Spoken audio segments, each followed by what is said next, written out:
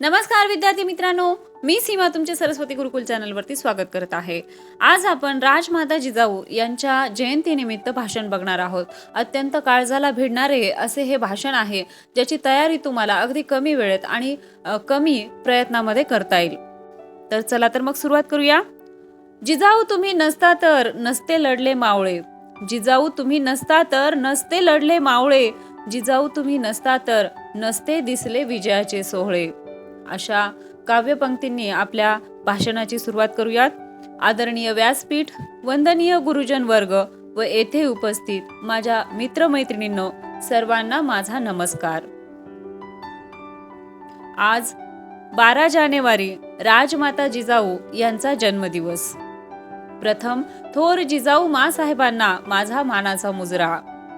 जिजाऊंचा जन्म 12 जानेवारी 1598 रोजी बुलढाणा जिल्ह्यातील सिंदखेड राजा या गावी झाला। त्यांच्या वडिलांचे नाव लखुजीराव जाधव आणि आईचे नाव म्हाळसाबाई असे होते। लहान वयात त्यांचा विवाह शूर पराक्रमी वेरूळचे शहाजीराजे भोसले यांच्याशी झाला। हिंदवी स्वराज्याचे संस्थापक छत्रपती शिवाजी महाराज आणि प्रतापवीर संभाजी महाराज या दोन छत्रपतींना घडविणाऱ्या जिजाऊ आदर्श राजमाता होत्या। राजमाता जिजाऊ यांचे जीवन म्हणजे संस्काराचा अनमोल खजिना होता।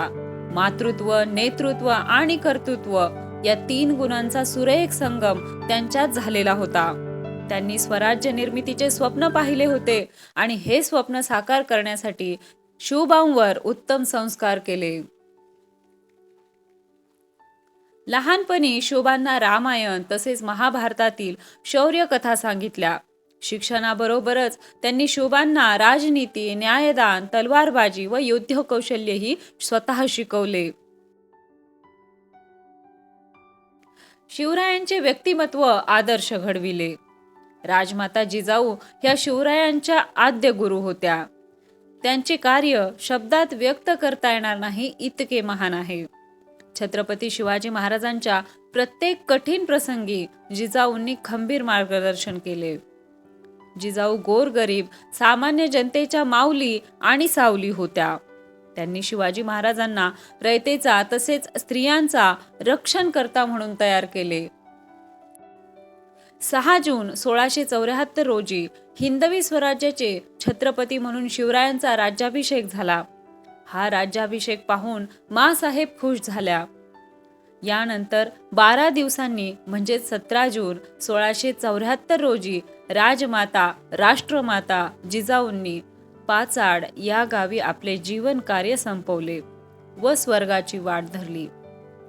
राजमाता जिजाऊ स्वराज्याच्या प्रेरणा होत्या। त्यांच्या वात्सल्यात स्वराज्याच्या लहान रोपट्याचा वटवृक्ष झाला। अशा या थोर राजमाता जिजाऊंना माझे कोटी कोटी प्रणाम। धन्यवाद। तर अशा प्रकारचं अत्यंत काळजाला भिडणारं असं हे भाषण आहे। हे भाषण तुम्हाला आवडलं का? हा व्हिडिओ तुम्हाला आवडला का? हे कमेंट करून नक्की सांगा। आणि चॅनलला सबस्क्राईब अजूनही केलेलं नसेल तर सबस्क्राईब जरूर करा। त्याचबरोबर बेल आयकॉन प्रेस करा, म्हणजे या चॅनलवरती जे नवनवीन व्हिडिओ अपलोड होत आहेत त्यांचे नोटिफिकेशन सर्वात आधी तुमच्यापर्यंत पोहोचेल। भेटूया पुढच्या व्हिडिओमध्ये, तोपर्यंत धन्यवाद।